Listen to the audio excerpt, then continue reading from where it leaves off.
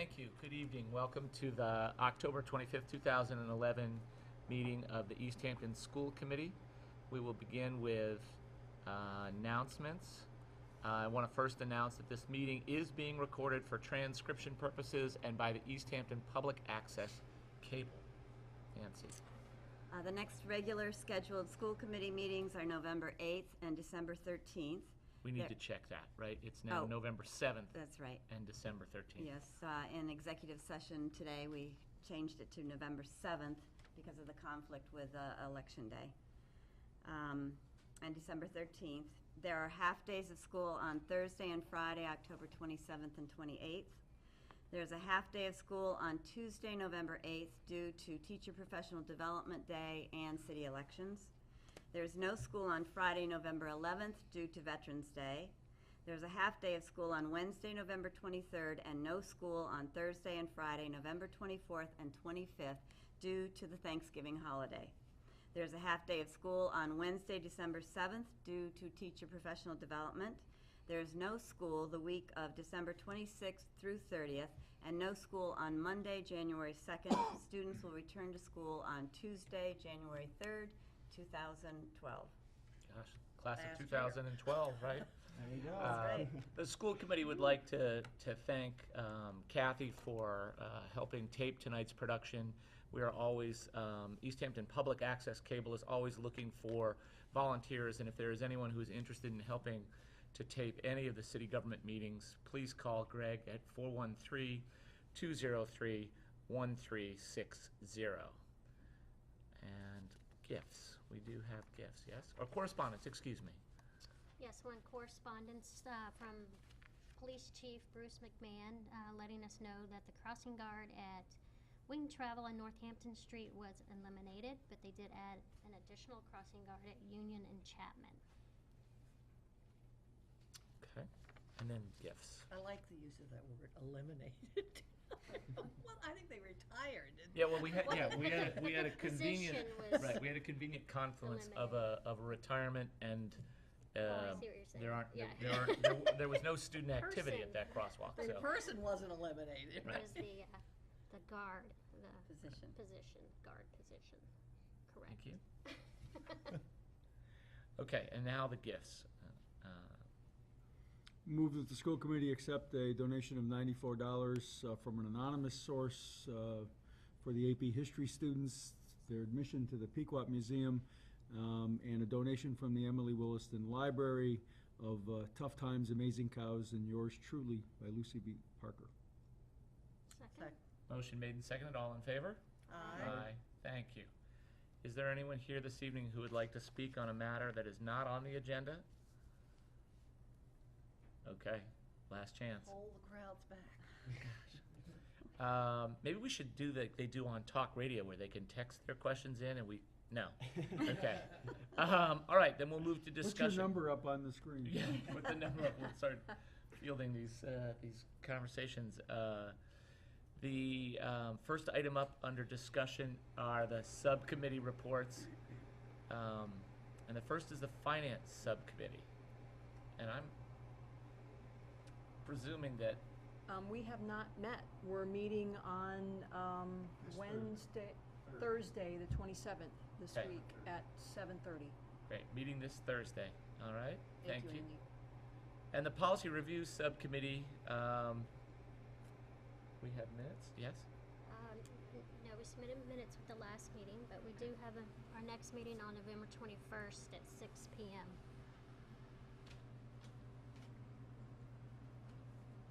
Okay, and I imagine that we do not have a CES update or report tonight, so Ryan, you've got extra time.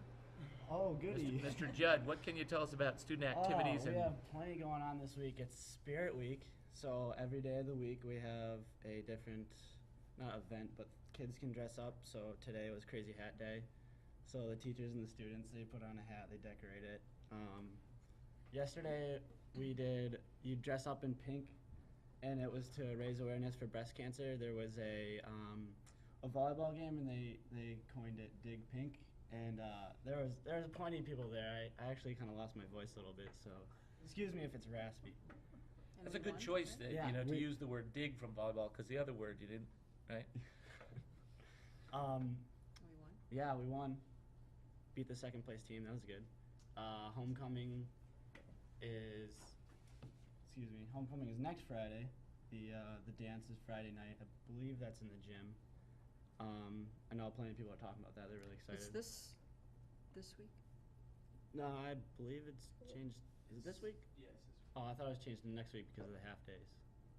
But The game is Friday night. oh, okay. The Okay. dance is Saturday. Well, my mistake. So the game's Friday, and the dance is Saturday. You want to Um, repeat that in case there's anyone in particular out there who needs to know that we've just changed an That man important right there social needs- schedule? Okay. Yeah, I haven't. I need to. Please excuse me. I need to be more efficient with talking to people, but that's all I have for this week. Next week I'll have more information. I've been planning to talk to different students. I'm trying to get the teachers to put on announcements that I'm representing the school, and to get their opinion, they can come to me if they want. If they want to know anything or put forth any issues that what they wanted to. Is there anybody in the room here who has their finger anywhere near the switch that controls the intercom? I think we In might high have, school? we might have one visitor in maybe the if we audience get that that- will Can we do get that. an announcement made on behalf of the school? This is a request from me as the chair, that the school community, who, I know that most of them are watching, but for the one or two people from the high school who are not watching the show tonight, if you could let them know that Ryan is serving as their representative, and to please share with him any information that they think should be brought to our attention, that'd be great. And also the middle school, Mr. Burke might be able to carry that message as well. Yeah, I thought we were gonna do a meeting with Whitebrook kids, Right. but Hasn't happened yeah, yet. no, I never got that email. Yeah. But if I get her email, I can contact her about it and we can get something together. Terrific. Well, so today was Hat Day and tomorrow is Tomorrow is Flannel Day. Flannel So Day. wear outrageous colors and Okay. Might be good to have it be waterproof flannel Yeah. day, based on the weather It'd be a forecast. wet one. yeah, I heard we're supposed to get snow, so Yeah. Yeah. Hope not. that's gonna be crazy. Okay. I was actually at the high school today briefly and saw some of the crazy hats. Yeah, they were crazy. interesting. They Yeah, were crazy, all right. They were interesting. Thank you very much, Ryan. You're welcome. The next item is the 2011-2012 Superintendent Goals Update.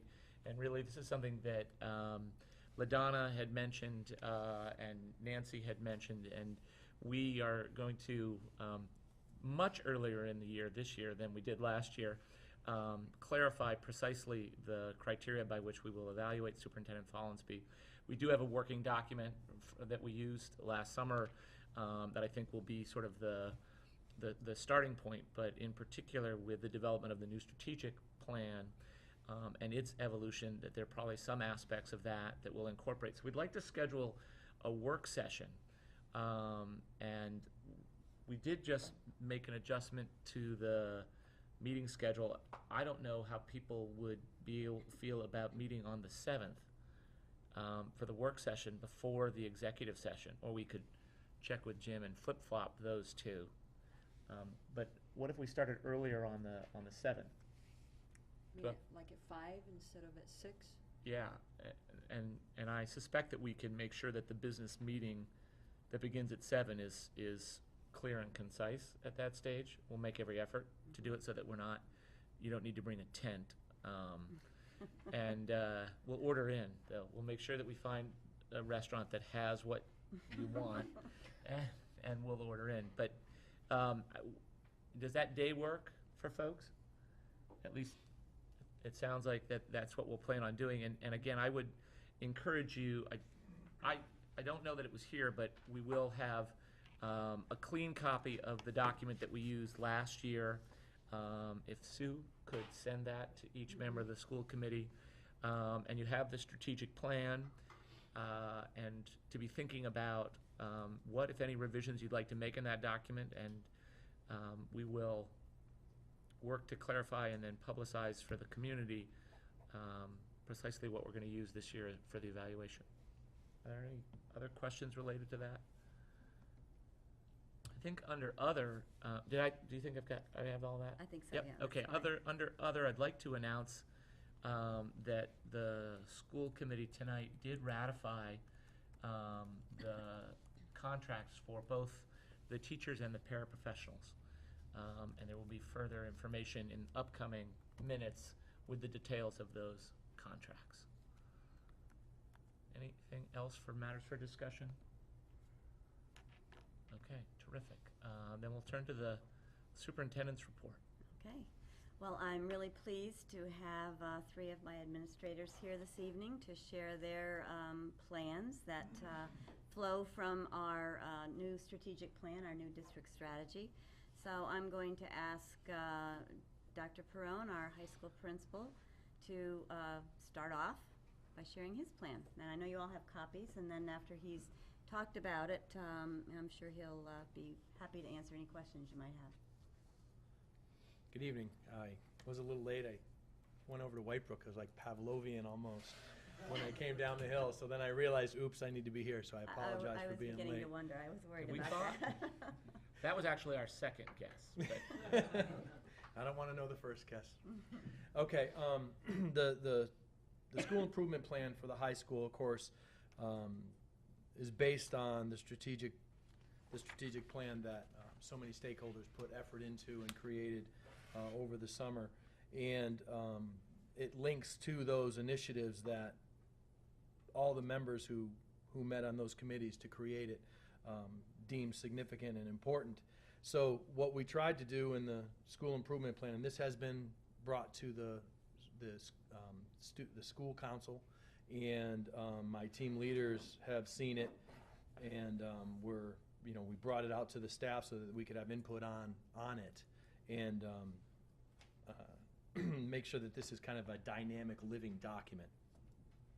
So the first focus, I guess, is the objective to improve student math achievement on standardized and school-based assessments.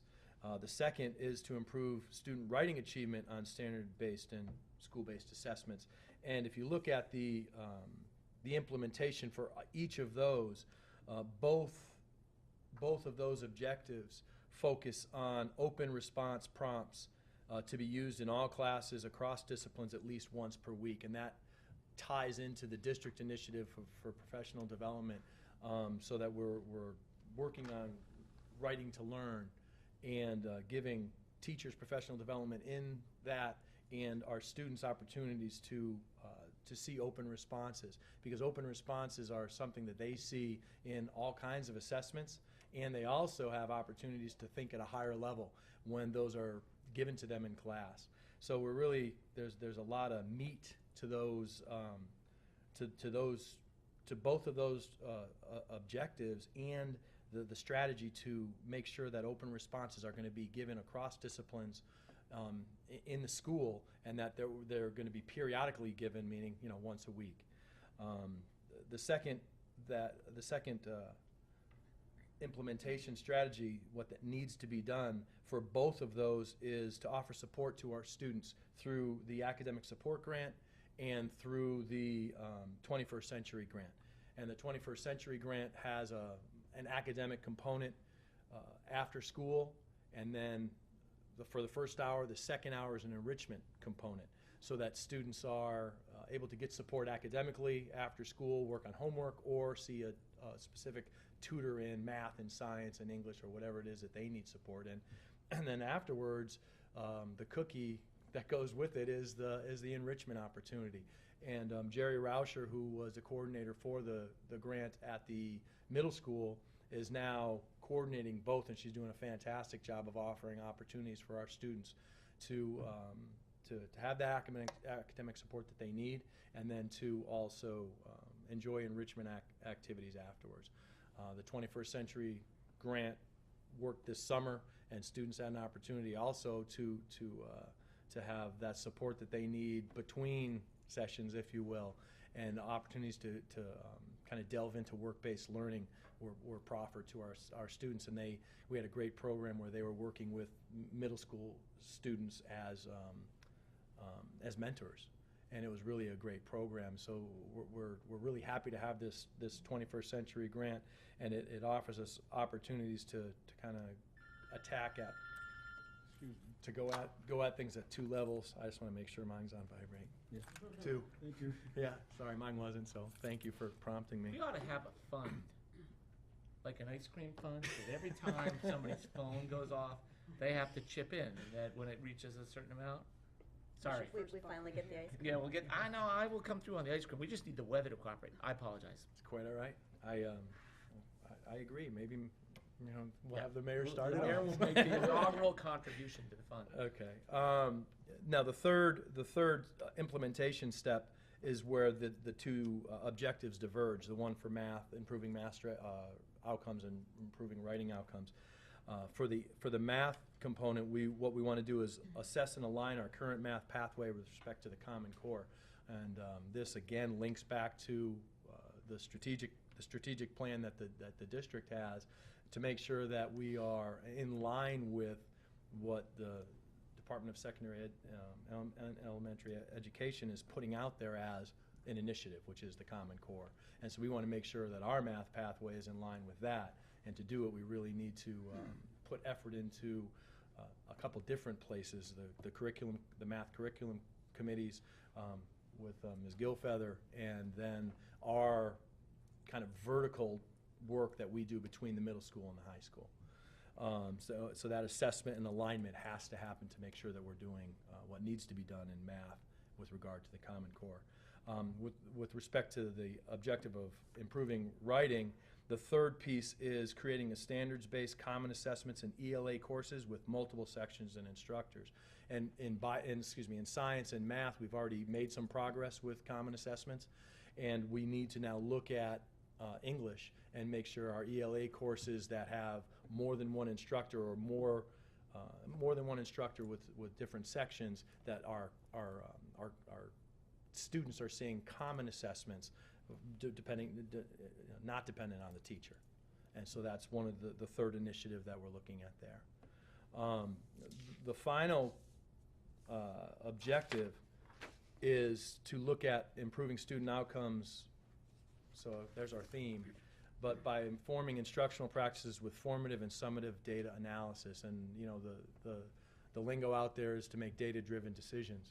And so what we're really taking that rhetoric, if you will, and we're putting our money where our mouth is, and we're saying we need to look at formative assessment data generated by the Writing to Learn initiative and the PD that we're offering the teachers, and by allowing our teachers to collaborate, look at the work generated by our students, and to inform their own instruction by that collaboration, and by that look at what is generated by the students in this initiative based on Writing to Learn and the open responses. So we're really trying to tie things together and keep it tight and not overwhelm anybody, including us in the room, with too many things going on. So if we can keep that focus and that cohesiveness, if you will, we feel like we'll reap better gains. So that's the first piece of data that we're looking at. The second is attendance rates and course failures will be tracked to target students at risk and in subpopulations for interventions, and that component is going to be looked at through our BST, our building support teams, and our dropout committee, our dropout prevention committee, excuse me. And so those data sets are really significant information where we can look at students who, I thought of a better word for target, and then I didn't put it in there. Identify students who need, because the target just didn't sound right. So we really want to identify the students that need support, and we want to look at different data sources to do that. And we have different committees looking at different data sources so that we're really kind of triangulating our efforts. Of course, MCAS is always prevalent in everybody's mind just due to the importance of it with AYP. And what we want to do is analyze that data by department. And so the ELA department's going to look at their data and break down their strands and break down their item analyses, and then bring their findings to the faculty and say, hey, peers, this is what we found. And you know what? This is how you in math could support us in ELA. This is how you in science could support us in ELA. And we're going to do that across the board in math, science, and in English. So, and then have our teachers who have done this work before but take that next step and look at the data and share it with their peers, and then say, how can we support each other within the building and work across disciplines to help our students. And last, analyze PSAT, AP potential, and foundational skill data to target students for AP courses and academic support interventions. And that's kind of a mouthful, but really what we're doing is, since the MIMSI grant has been in force, we have our 10th and 11th graders each year have taken AP PSAT tests. So we have a wealth of data that's available to us to encourage students that are at a certain level to push themselves and excel and try and take an AP class, and then to target skills or identify skills that are maybe deficient in students and say, okay, we need to help you and we need to provide support for you so that you can reach this next step. And it kind of goes back to a conversation we've had before where we look at that MCAS continuum of a student that might fail, needs improvement, proficient, and advanced, and moving our students along that continuum. And not be satisfied with needs improvement or proficient, but move a student that is proficient to advanced, and I'll offer them those opportunities to move up. And so, we're really trying to, and we're looking at other data points too, but again, I don't want to overwhelm, don't want to do too much, and we really want to be cohesive and tight in our plan. And so that is it. Questions for? Yes. You can just tell me, Dr. Brown, that this is too long of a question, and you'll talk to me later. But in your desire, in your goal to improve student writing, and you keep speaking to the open response questions across all your disciplines and across all your classes, has that replaced, or is that in addition to a plan that, let's say, in 9th grade, all students will be able to write a topic sentence and with 3 supports and a conclusion, and by 11th, 12th grade, they will be able to write a 5-paragraph essay? Or, in other words, are those goals still there, or are we just focusing on open response questions? No, those goals are not gone. They're not going anywhere. I mean, that's really tied into standards and where students need to be at certain benchmarks, if you will. And really, it's a great question because it opens that door to looking at writing to learn and then learning to write. Right.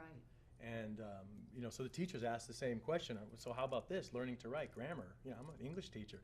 Punctuation, semicolons, grammar. What about that? That's still going on. That's still going on, not in isolation, but in our essay work in research projects, in our essay work in social studies class and ELA class. But the Writing to Learn initiative is really a focus and an opportunity, I think, to have our students not just regurgitate a date or a time or a person, but to really try and apply the knowledge that they're learning, to connect a knowledge that they're learning to prior knowledge and to something maybe outside of school, something that is significant to them. So. And I think our goal also is to make sure that we integrate all forms of writing. Right. So that, what they learn in terms of grammar and sentence structure and paragraph structure and topic development, that carries over into what they're doing in their open response question and the other way around. The more we write, the better our students will be at writing. So this is taking one piece for us to really concentrate on in professional development, and something that we can all work on, all of our teachers, because it does apply across the content areas. So we're hoping it's going to be a really rich experience for our teachers and for our students. Thank you. Other questions? I actually had a couple. The emphasis in the Common Core on common assessments in multi-section courses, is there any concern that you're getting from the faculty who teach the multi-section courses that's inhibits in any way their sort of professional discretion and their judgment and their creativity as educators?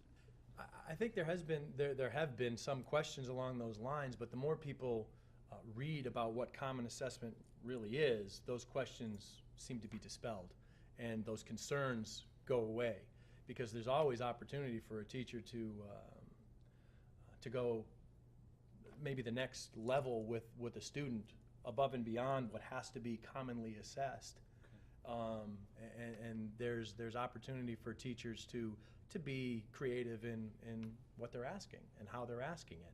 But there has to be some continuity between Vito's test for his English 9s and Peter's test for his English 9s. Sure. Sure. My second question is, I know that because of the MCAS focusing on math and ELA and science, what role do the fine arts, history, what role do you envision them playing in helping that conversation about how can, work that we're doing right now, the discussion will be, how can something that we're doing in an ELA course help with math or vice versa, or how can something that we're doing in a science course help with a math course? Where do the other parts of the curriculum that aren't directly tied to an MCAS fit into that process? So you're talking about interdisciplinary support of a content area in Yeah, general? when it talks about, this is next to the formative assessment data, writing to learn, and number 3, and when you talk about by whom, it's math, ELA, and science department and administration. And I'm wondering how the faculty who teach in the disciplines that aren't listed there, how are we using their resources in concert with these 3 I see. to help accomplish the goals? Just one thing I want to point out is number 3, analyze MCAS assessment data and report Yes. out to the entire faculty, links to number 3 in the by whom.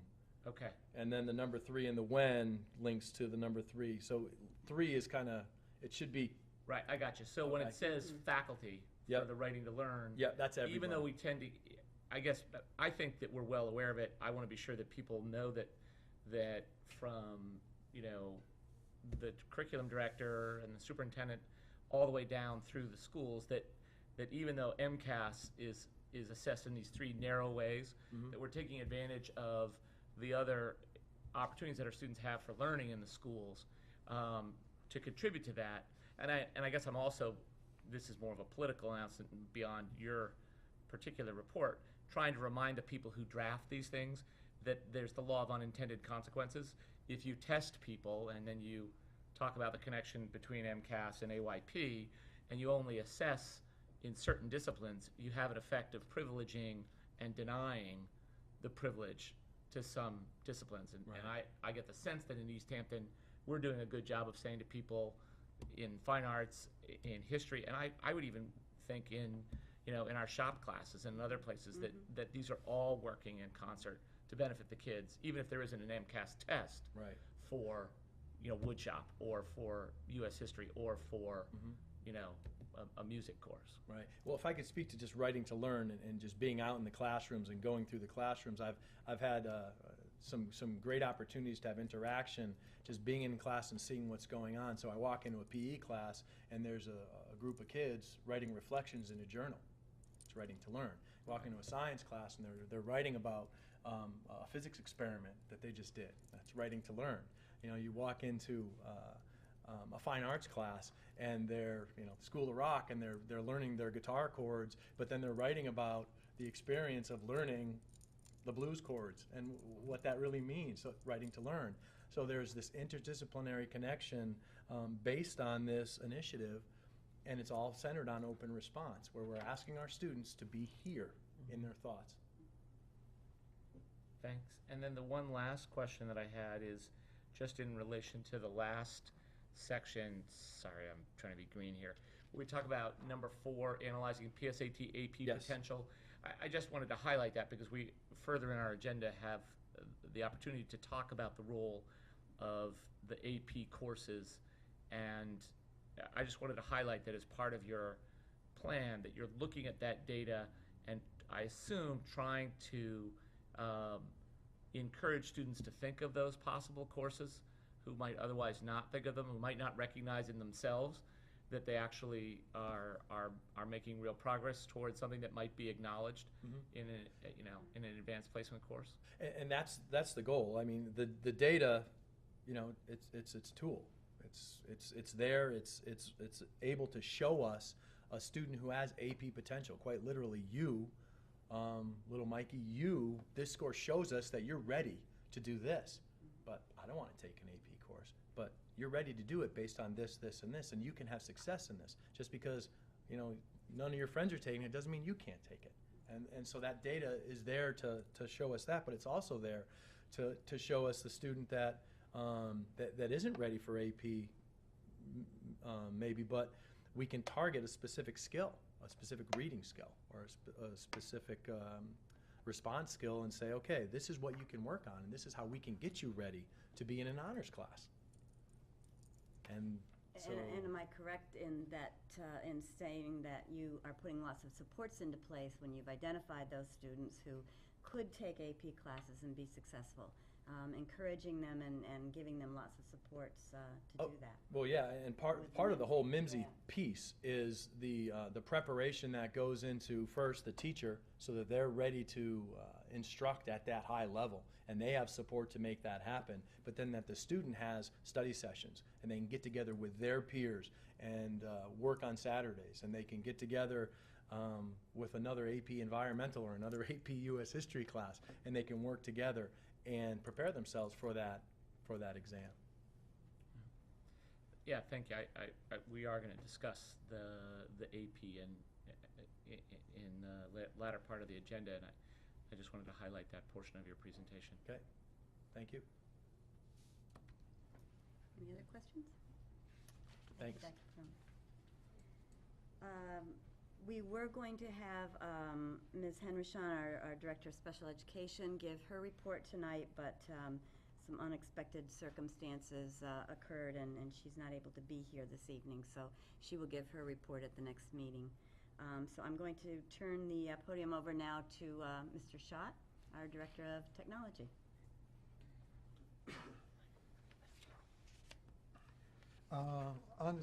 Looking at technology within the district and looking at it within the scope of the strategic plan, a lot of the initiatives that I'm looking at in regards to developing the goals out there is also looking at, as the schools move forward into teaching 21st century skills, can the district meet those particular needs that we are looking at for today's technology-oriented world that we do live in.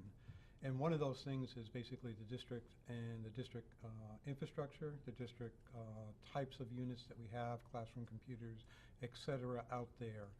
And as we move forward, the demands on those particular types of equipment are increasing almost on a daily type of basis. And one of the things I think we need to look forward to and move forward in is looking out in regards to what needs to be done within the district to take that district or take our district up into the next either 3 years, 5 years, or 10 years out.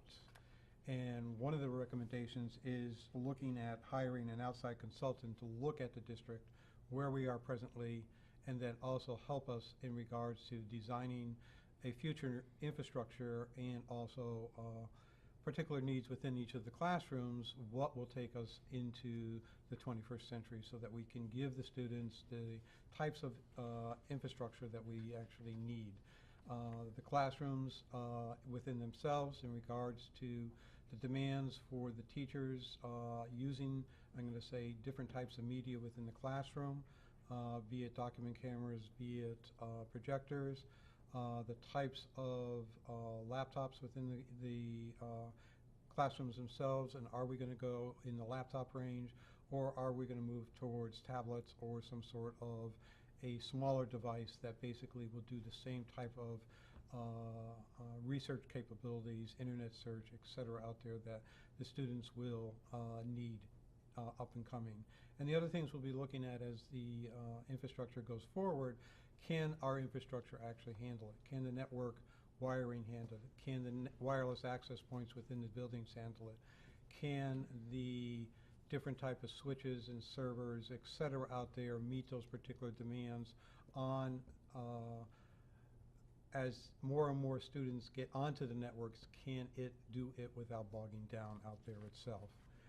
And the first objective really was, again, to utilize outside consultants to analyze district technology needs and look at everything from point A to basically point B. And again, the infrastructure, our capabilities to handle the infrastructure, our capabilities to have some sort of backup or redundancy system out there. And again, the individuals out there, they do this on a day-to-day type basis. They're more current in regards to what is out there and what will look like in the future. And we're looking for their expertise to get that and give us those recommendations themselves. We will look for recommendations and analysis, and I think within those recommendations and analysis out there, we will look out for a plan type of sequence. What needs to be done in this amount of time, what will need to be done in this amount of time, and what type of equipment can we put into place that we can just add on to and upgrade on a continual basis out there to meet those demands as, again, the demands for the system increases itself. And then we will also look at prioritizing those costs and also look at reviewing recommendations to determine future district implementations. And again, as those projections and as those analyses come back, looking at those different types of projections out there such that we can meet future needs down the road a piece as the demands increase. And the demands on what we have in the district are just increasing almost on a day-to-day type basis out there. On the second goal that I'm looking at is basically updating district technology plan. We do have a plan in place, but it is at this particular point outdated. It does need to be looked at. It does need to be improved. There is two different new plans that are basically out there that are just went into place in this fall. They're the National Technology Standards and also what we call the ISTE standards, or the International Society for Technology standards. Both are new this fall, and what we would like to do is take those particular standards, look at those standards, and look at what the district needs will be in regards to both the students and the staff, and also the types of requirements that we'll need out there to meet those particular needs. And what we're looking at doing is establishing a technology committee. Again, representation from all different levels out there, from high school, middle school, elementary, looking for community members and administrators to be on the committee to develop this particular plan and work this through the course of this year itself. We're looking at developing a survey.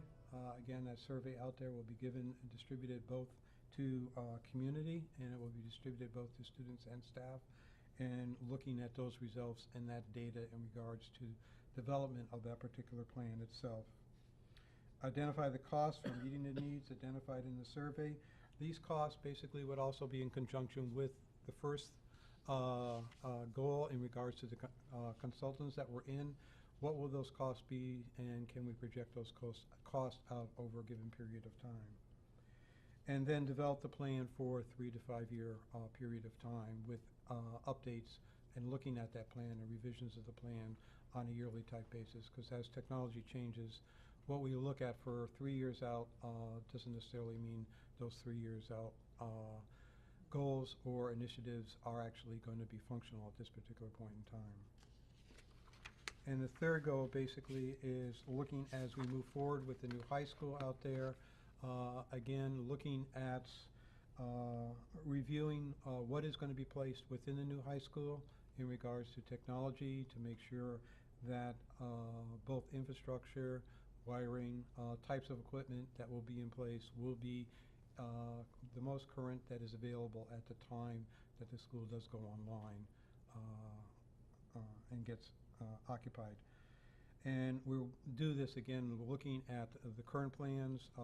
We'll do this with consultation with the consultants that we will be hiring, but also in conjunction with both the engineering design company to make sure that that type of equipment that we have designed and looked at will be the most current type that is available at the time the school does come online, and that it will be available out there for the longevity of a period of time. Any questions? I'm just curious, The first goal, were you talking about hiring a consultant to look at the infrastructure?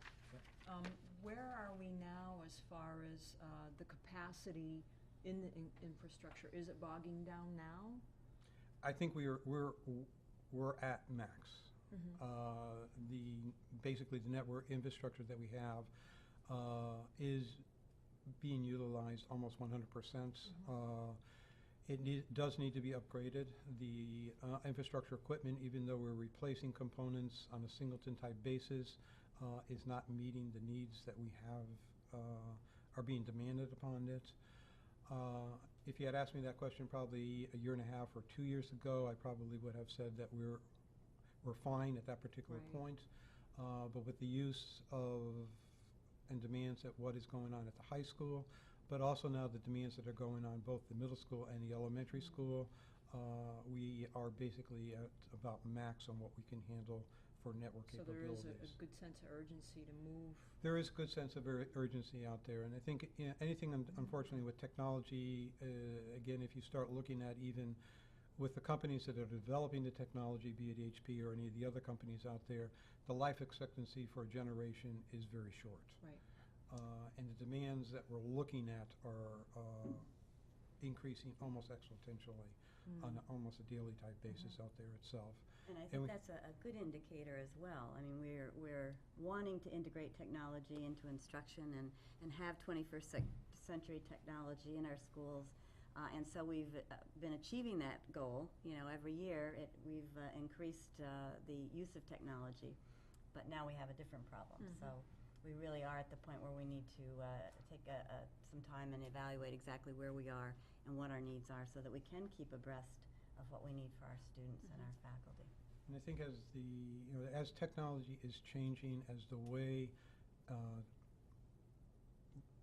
they're looking at different types of teaching tools, et cetera, out there, I think those demands are going to put even more of a strain on the types of things that we have within the district itself. I gave Nancy just sort of a brief article just today in regards to reading and how they're looking at reading and how reading is going to be changing out there. But that is also playing in with, again, how do we actually can enhance and engage more students in the educational process. And that puts a lot of demands on the types of networks we have and keeping those networks up and current and looking at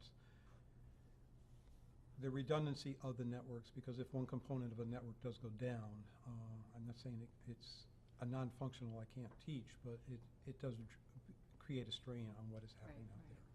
I think what's exciting is that we do see so much excitement in our classrooms from our teachers and engagement from our students in terms of the technology that's being used, even within the last 2 years. I mean, we have so many more document cameras being used, and the interactive whiteboards, and the laptops, and websites being created. So there's a lot of enthusiasm, a lot of excitement, but now we need to figure out how we're going to keep up with it. Right, because that can crash pretty quickly if you don't have the capacity to keep going.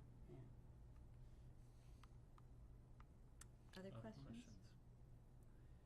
John, I just would make the observation again that along with the assessment of the infrastructure needs is that this consultant analysis would also give us some frame of reference for professional support. Yes. And Yes, that- we're going to look at what we're looking for with the consultant is basically a good overview of the whole district, from infrastructure to Yep. support staff to what we necessarily have in the classroom itself. And the professional development component is Right. what you're. So it's sort of, looking at too. you know, on the one hand, it's what are we using, what do we need to buy in terms of equipment, but also, you know, who and how are we managing and effectively Correct. supporting it, and who do we hire? Yep. You know, to deliver that, so that we don't want wonderful high-tech stuff lying around not being used to its fullest. That is correct. And I know right now that we are maxed out in terms of not just the network bandwidth, but the human bandwidth. Is maxed out. Thank you. Okay, thank you. Thank you. Thank you very much. Okay, now we'll have Ms. Gilfeather, our Director of Curriculum, with her program improvement plan.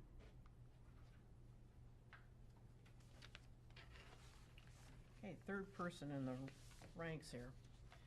Good evening. Good evening. And wonderful opportunity for me to hear my colleagues before me because I heard Dr. Perone talk about knitting things together and having a tight plan. And I think when you hear, and I think most of you have kind of at least reviewed what I submitted, that you can see that there is a connection between what is happening in the high school, as an example of one of our sites, as well as what's happening in terms of technology. So, addressing the first goal, to create and implement a professional development plan for fiscal year 12. This is something that in the future would probably be done a little sooner than it's being done right now due to the timeliness of me coming on board.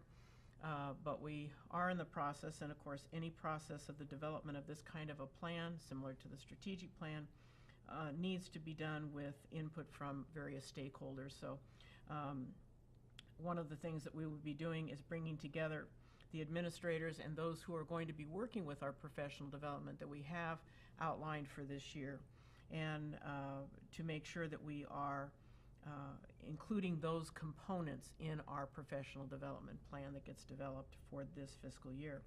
Also incorporating professional development activities that are required by our Race to the Top grant, for example. So our Race to the Top grant has certain components that they require in terms of professional development. For example, they require us to take a close look at the Common Core standards and the new frameworks. They require us to take a look at our performance levels and what we can do to improve those performance levels. So these would be things that we would be incorporating in our professional development plan. And by the way, this plan is required by the state. This is not something we just thought was a pretty nifty idea and we would put a plan together. This is something that is a requirement of each of the districts.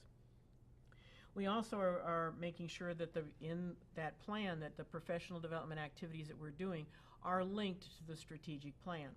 And so as we look at the various components of the strategic plan, and you've all had an opportunity to see that, there's a number of things on there. You can't do everything. I heard Dr. Perone again saying we have to be cautious that we move diligently and responsibly in terms of how much we do in a given year. At the same time, we need to make sure that we're prioritizing those things and taking care of the most important things first, and that's what we're doing in establishing this professional development plan. Also monitoring activities that are outlined in the plan and how they link to classroom practices. So in other words, having a professional development plan and not having it connected to practice would make no sense. So we want to make sure that what we are doing in the plan, what we are providing as professional development, starts to show itself in terms of classroom practice, because that's where we're going to see the improvement in the student achievement, which is, of course, our ultimate goal. We also are working, and this was something that was already being done, certainly at the high school, to say the least, but that's the idea of looking at student work. So bringing that down, kind of focusing in on the classroom level and saying, what we're doing in professional development, we want to make sure as we're doing the writing to learn component that Dr. Perone talked about, that we're taking exemplars of student work and we're examining that student work and asking critical questions about that work. What are we finding out from what the student is able to do in that writing to learn activity, those open response prompts that they're responding to, and how does that tell us about student growth overall? So that's an important and critical part also of our plan.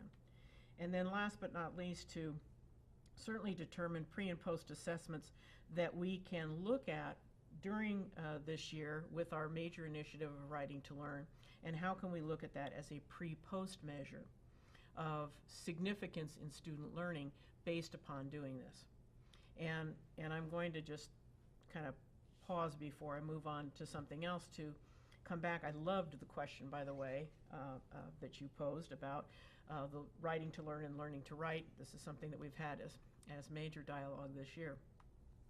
And just came from a workshop this afternoon on open response and looking at some techniques for open response. But I would answer that question or add to the answer, because I thought all the answers were quite well stated, is that learning to write is a skill development. And now we've relegated that usually to our English language arts teachers, and we have to stop doing that. Okay, it's everybody's responsibility. But it is skill development. There are skill components to learning to write. And that's the purpose of learning to write as an initiative. And so we have not forgotten that. We have not put that aside. But it is not our primary focus this year. And so we're looking at something different called writing to learn. And writing to learn, as compared to a skill development, writing to learn is an assessment tool. It's a way of assessing critical thinking, problem solving, higher order thinking, all those things that are being required right now out of the Common Core in not only the discipline of mathematics and the discipline of English language arts, but also in, as they call it, technical subjects, social studies, science, and the arts, and the technical fields.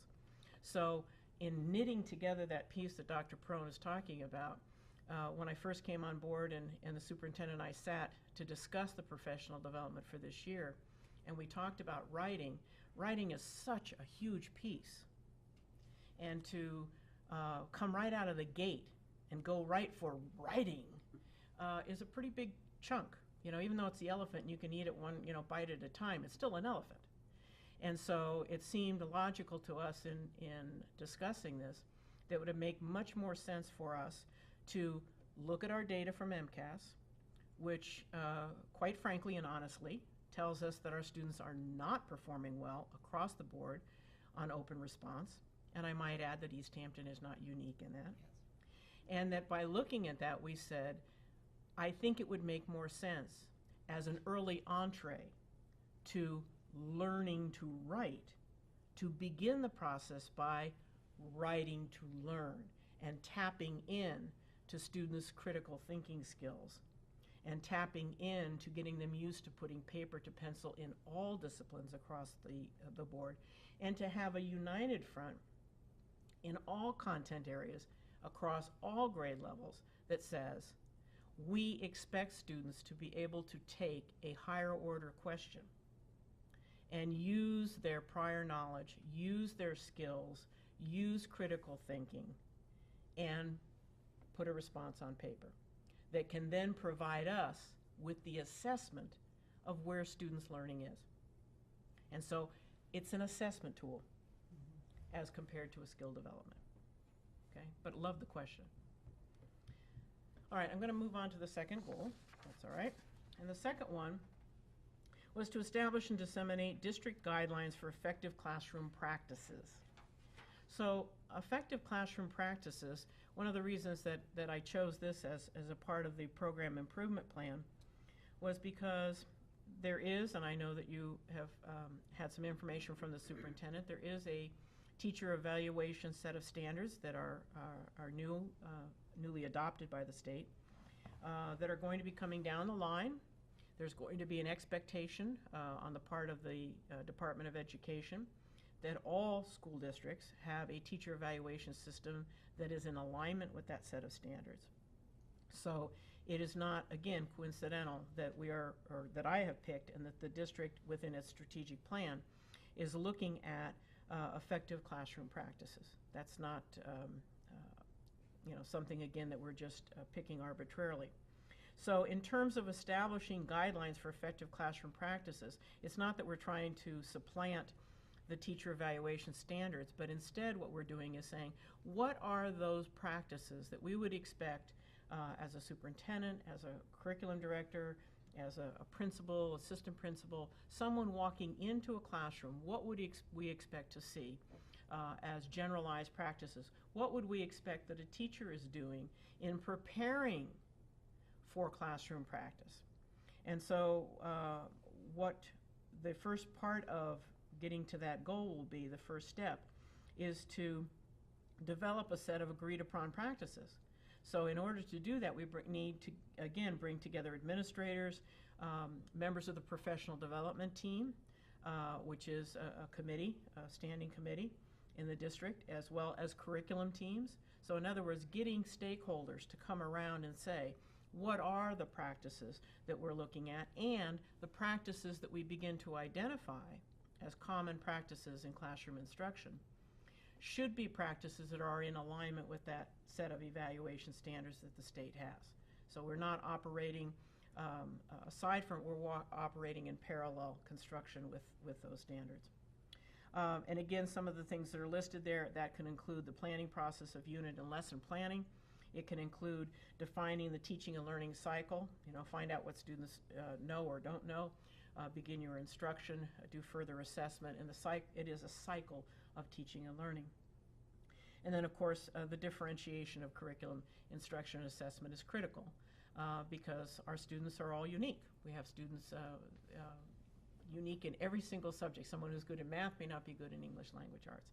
So we have to be willing to differentiate. We should have practices within our classroom that those of us going into the classroom should be able to observe.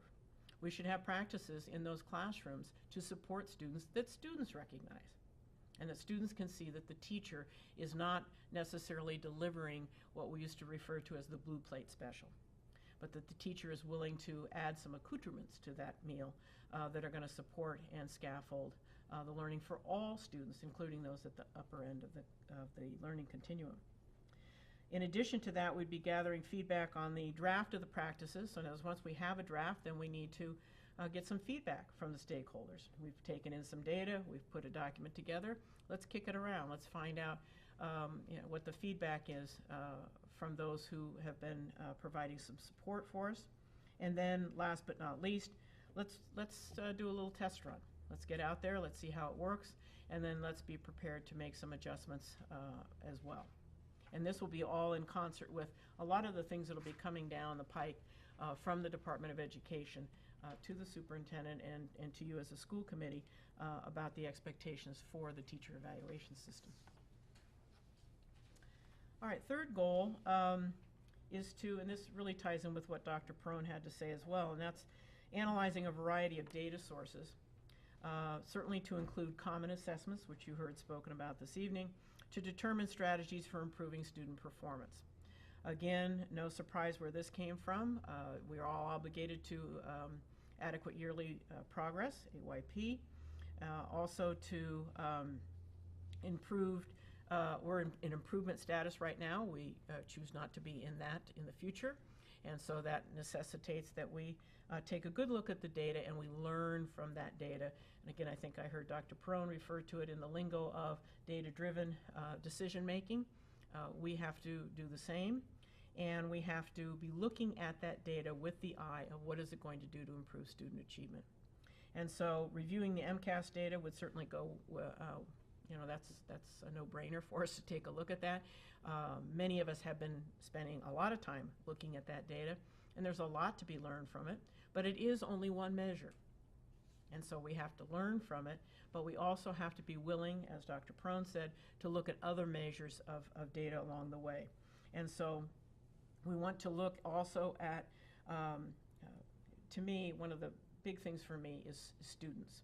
We don't operate in a vacuum. The students are our clients. They're incredibly important to giving us information. So one of the things that certainly is on my list here is to work with middle school and high school guidance departments to determine students who are at risk, that have had some difficulty, who are maybe underperforming in some capacity, and to have an opportunity to interview some of these students and to gain some insights from the student perspective about what it is that may be interfering with their achievement. So that's one piece of it. We have stakeholders, we have students as stakeholders as one piece of this.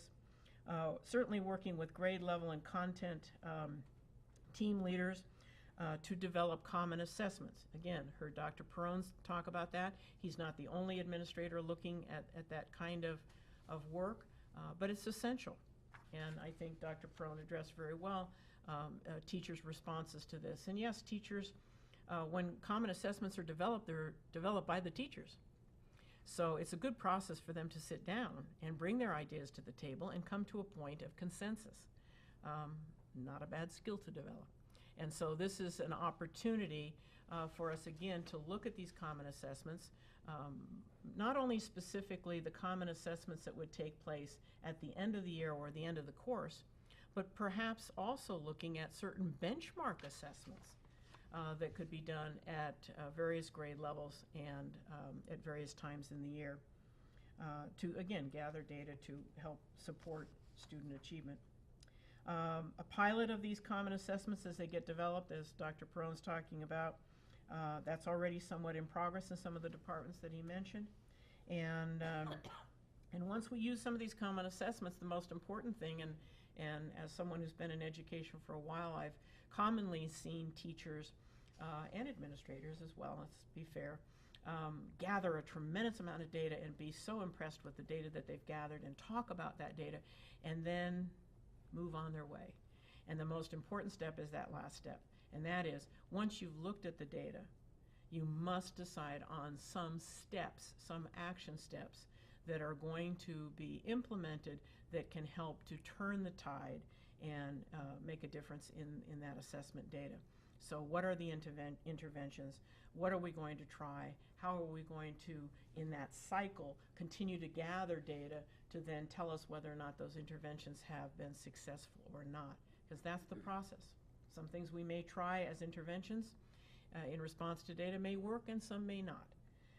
And the only way we're going to establish some things that we think will work with our students is to implement them and try and gather data. And I think that's the three. But I certainly am open to your questions. And I just want to piggyback on your last statement about using data, and after you've examined the data and analyzed the data, it's so important to have some action steps. And this focus on writing to learn and doing open response questions is exactly that.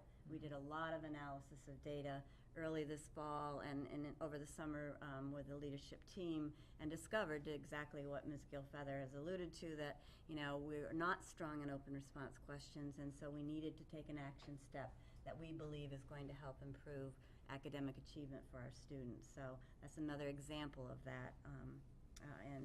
And I think also what you're hearing tonight too is how we really are making an effort to, I think it's a good descriptive word, knit everything together, because we believe that that will be stronger, a stronger approach to the issues that we face.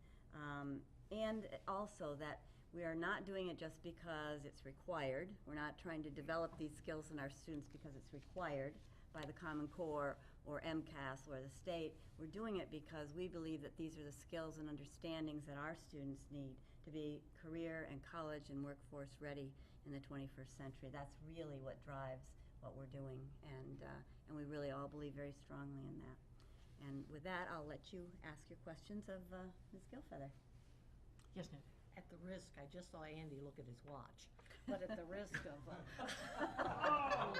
And he thought he was hiding back there behind the podium. And my question is so simple that it's, forgive me for making... Well, now you set me up because I No, can't know, answer it. I'm it's going to so feel simple real bad. coming from me, I'm Oh, okay. sorry. It's not, like, your answer is not necessarily simple. But in professional development, you are trying to develop the teacher professional, correct? Yes, correct. I mean, that's what professional development is. That's I'm correct. the teacher and you are developing me, making me a better teacher. That's correct. But, did I understand correctly that to see that is the measure of whether that is achieved is student achievement? That's correct. That's correct. Because if we have done a formidable job providing professional development to the teacher, the next logical step, and let me qualify my quick yes to you by saying this. The next step of that should be that we are starting to see those practices that we have been providing professional development in regard to, for example, in this year, writing to learn, okay? We would expect then that Dr. Perone, as an administrator, and I think he spoke to this, going into a classroom, or myself as superintendent, that we are seeing teachers doing this. That as administrators, our obligation, if we set an expectation, our obligation then is to monitor that teachers are doing once a week open response prompts in all the content areas. That they are then taking a rubric and applying it to that and finding out something, because this is an assessment tool, about what it is that they need to change in their practice. But ultimately, if you follow that all the way along, so there are other benchmarks, is what I'm saying. Right. And there But then are- if you follow it along, the logical outcome we would hope for is that if those practices then begin to improve, ultimately, we should see better improvement in student achievement. And there are, can we agree that there are other measures of professional development other than classroom practice? Yes. Certainly. You know, one thing that we certainly promote is that we want to encourage our teachers and our administrators to be lifelong learners, to Yes. love learning, to love research, to always look for better ways of doing things and to fulfill themselves in their profession. So I think that that's important, and it's also about supporting our faculty and our administrators in taking on the new learning that keeps coming out and coming to us, and so it is. It's broad, but one of the things that we're looking at now and looking at more carefully than perhaps we did in years past is, you know, what's the impact on student outcomes and student achievement? And I appreciate that. Yeah. Good question. Thank you. Other questions? Well, I guess this is sort of, I could talk with you about this all day. I think it's so exciting. So could I. Let's book a time. Yeah, it's a deal. Meanwhile, Andy's over there looking at the clock. Boy, look yeah, at the you clock getting and he's- worn out tonight on that one. I guess the piece in it that I'm hearing in all of these is that I just, again, this is less a question than a comment to highlight, is this idea of input from stakeholders. I think we've heard in John's Mr. Schott's presentation on technology, you know, one of the things that a good consultant does is talk to everyone who's invested in what we're doing. And Dr. Perrone highlighted this as part of the process of creating what he has. And you've mentioned this in a number of ways, even in some cases, I mean, getting right down where we're talking about interviewing the students that we think have that. And I think that is a foundation for a successful path forward, is that if we get everyone who's invested in this, I think the educators in East Hampton are really hungry, even though, as you expressed, there may be some ambivalence about student performance being the dominant I measure. didn't express ambivalence about that. I'm Oh, sorry, okay. You gotta quote me accurately. Okay. I asked a question. That I there were didn't other express measures. ambivalence. That there are other I'm measures. not ambivalent. At all. I didn't sense ambivalence. I sense that there's a broad scope Yes. of Thank you. how one can assess the results of professional development. Okay. Threw you right off, didn't she, Peter? Yeah. So I'll let us move on. I lost it. I'm sure it'll come That's back okay. later, but I want That's to hold all this right. up. But we're gonna meet someday and talk about all this Sure. stuff, so. Right. Any other questions? Thank you. Okay, thank you very much. Must be your turn. You're the last one in the room. Oh, sort of last. Okay, moving on, and I'll be brief in the next items on the agenda. We wanted to talk briefly, just give you a brief update on the strategic plan. We've sent it out to our stakeholders, to our staff members, and school councils, and gotten feedback. Most all of the feedback has come in now. We've talked about it at leadership team. We've made a few revisions to the plan based on the feedback we've gotten already. All of the feedback should be in and discussed and the plan finalized, which I don't expect it's really going to look much different than it does right now, but we'll give you the final version, excuse me, at our November meeting. What I thought was exciting, and I shared with the leadership team this morning, was that when I went to my last superintendent induction meeting last week, the state program for new superintendents, it's a 3-year program. I've been telling you about this starting last year. We took our plans and we sat in small groups and shared them with each other, and we had a rubric where we assessed our plan based on this rubric. And at the end of it, we all got ideas from each other, and it was really a great opportunity. And the next day, I got an email from my mentor, Kevin Courtney, and he said that at the end of the session, all the coaches got together with Rachel Curtis, who's the facilitator and who wrote the book Strategy in Action, or was one of the co-authors. She's facilitating these workshops for us. They got together and they were looking at the different plans, and so they decided that they would like to ask if they could use East Hampton's plan as one of their exemplars, working with the new cohort of superintendents. So that was really pretty exciting news for all of us, because we did put a lot of effort and energy into it. You on the school committee as well were part of that plan, creating it, the leadership team, our school councils, our teachers, our students. So I just felt very pleased about that, and I wanted to share that with everyone. So, yeah. Congratulations. We're to all of us. It was a collaborative effort, so I think we should feel good about the work that we put into To our it. friends at the Gazette and the Republican and the other news outlets who aren't in the room, if you need to double check on that, I'm sure that Andy will have it in the minutes. And he is still awake. That's why he's looking at his watch. He wants to make sure the minutes are accurate. Touche. Okay, so on to the next item, the John and Abigail Adams Award update.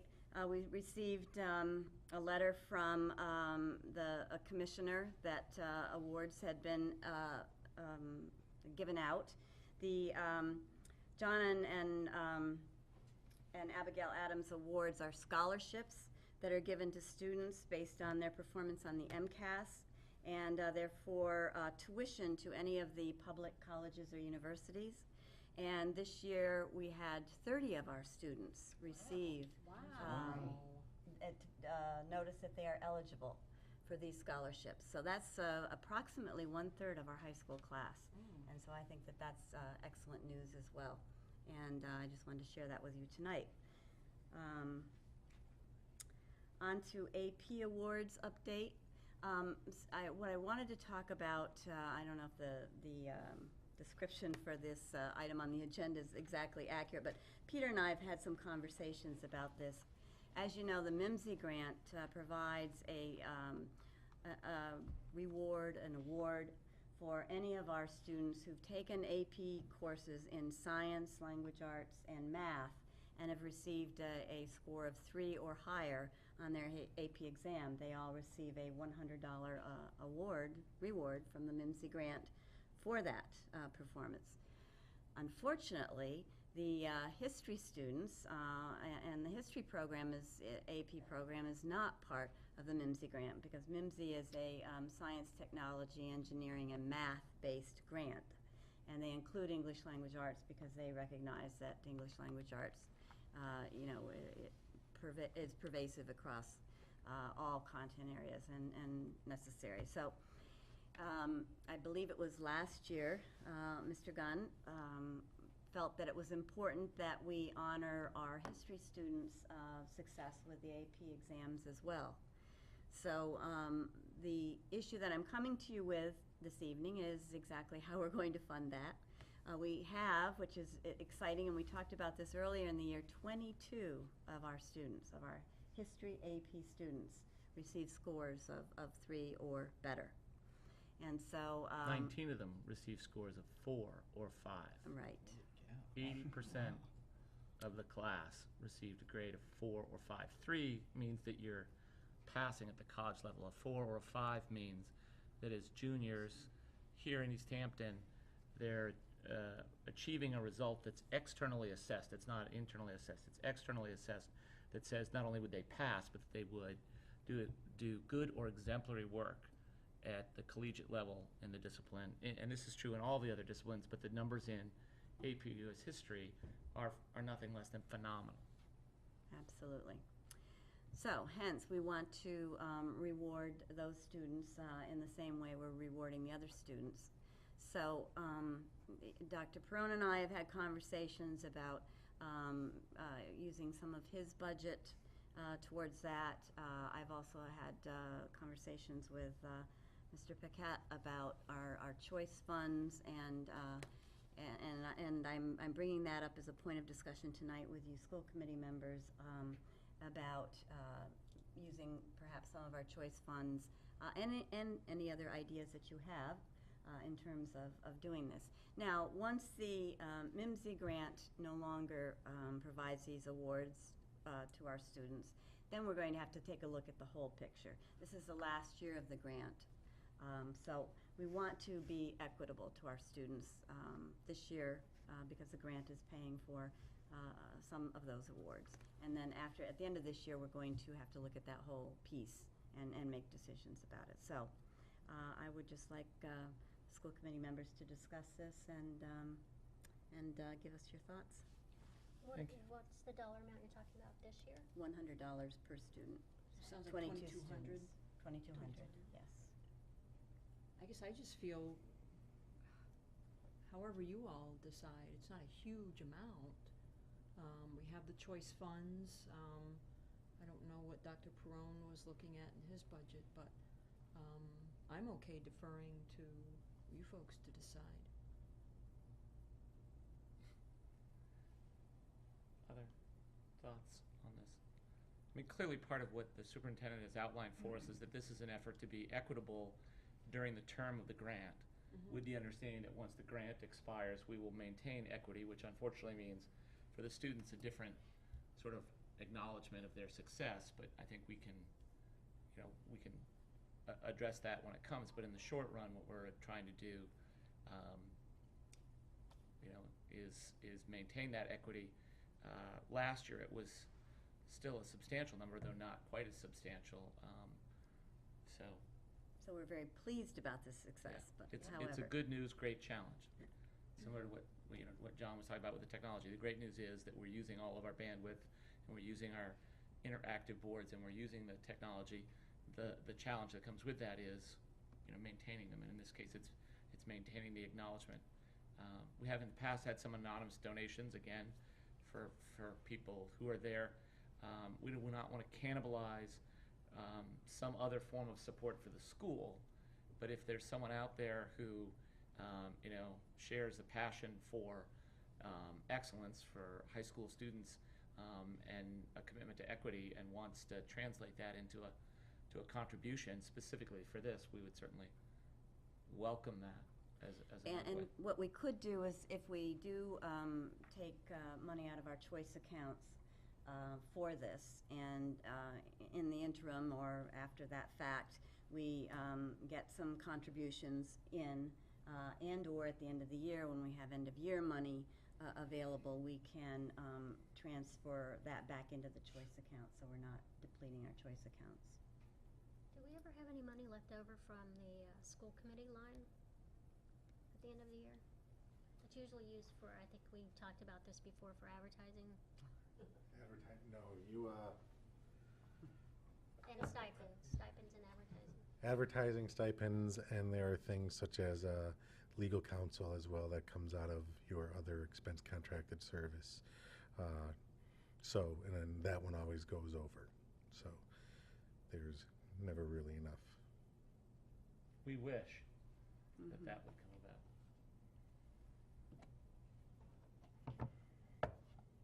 So I guess I'm looking for your support in, Bonnie, I think what you've said would certainly be helpful to us if you would be in support as committee members of us using the funds that we have available to us to support these students and their awards. So how about a motion that we authorize the use of $2,200 in school choice to augment the grant monies for the AP recognitions? I second that. And just as a matter of discussion, I have faint echoes of a conversation in the first fall when I think it was the Tuesday after the election. I was at my first school committee meeting, and there was some discussion about the website that was up online and some sum of money that the superintendent needed to spend for it, and there was some threshold below which our authorization, I mean, I'm in support of the motion, but technically it's not necessary, right?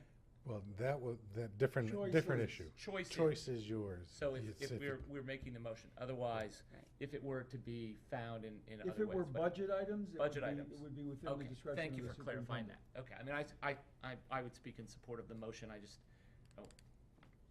needing to review my Roberts rules of finance there. Or something Any- like that. Any further, it's one of those.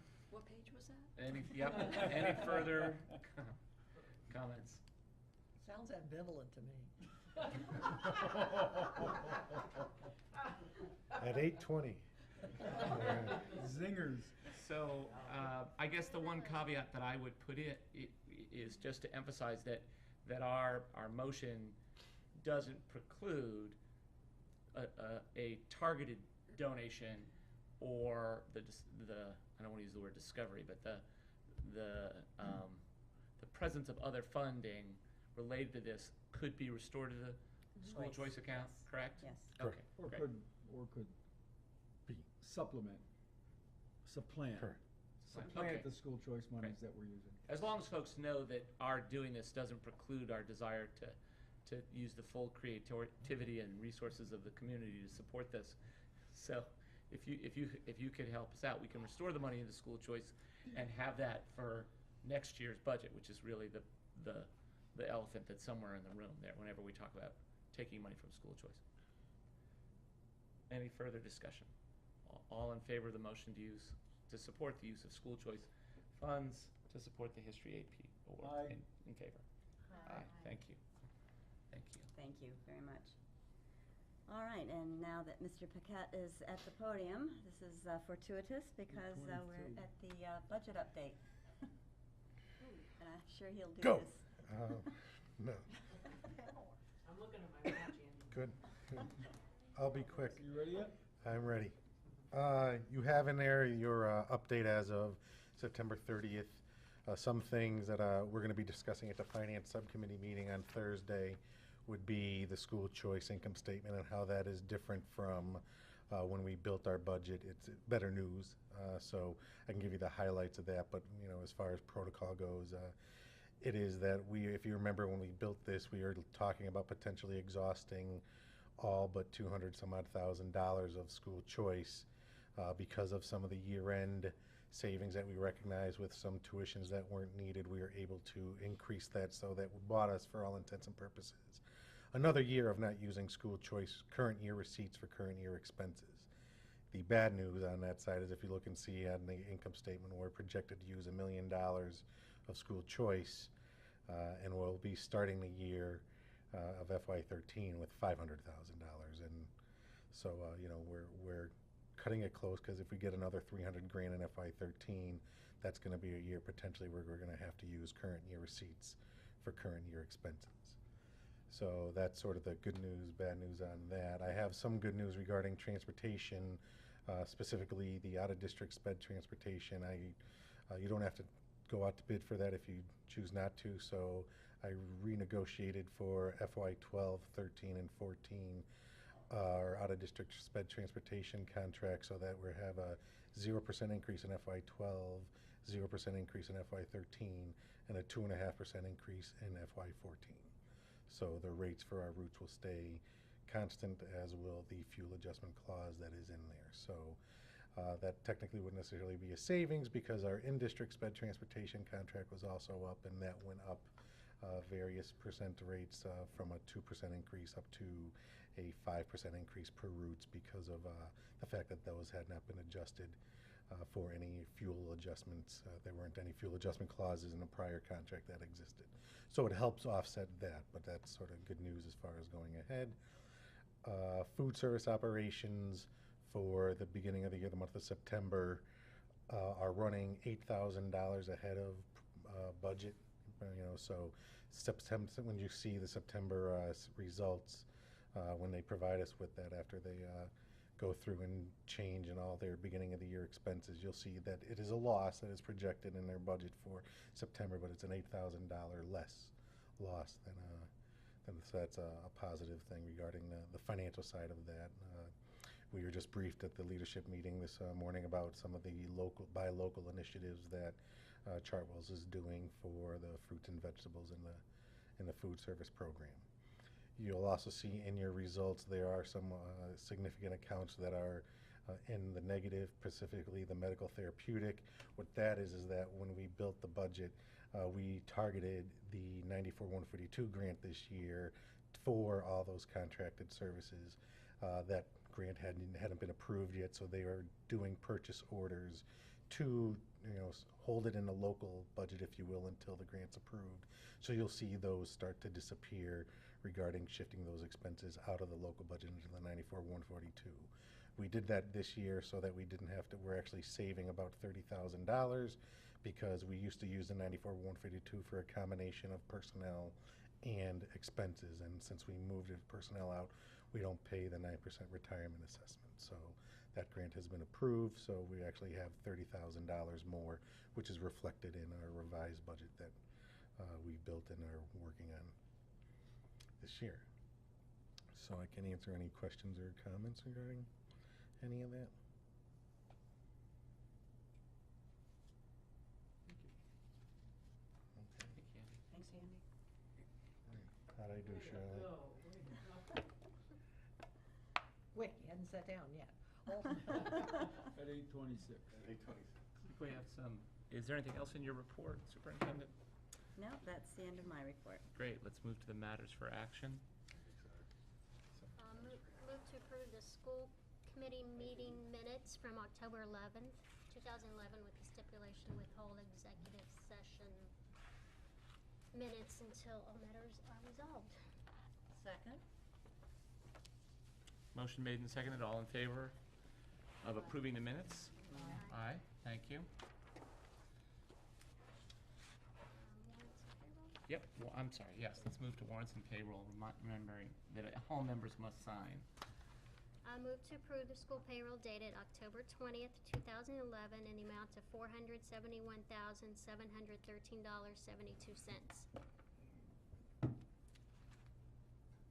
Great, is somebody A have to second. second it? Oh, second that. Okay, thanks. Motion made, I can't do that. Motion made and seconded to approve the school payroll dated 20 October 2011 in the amount of $471,713.72. All in favor? Aye. Thank you. Move to approve the accounts payable authorization for payment dated October 20, 2011, the amount of $288,136.19.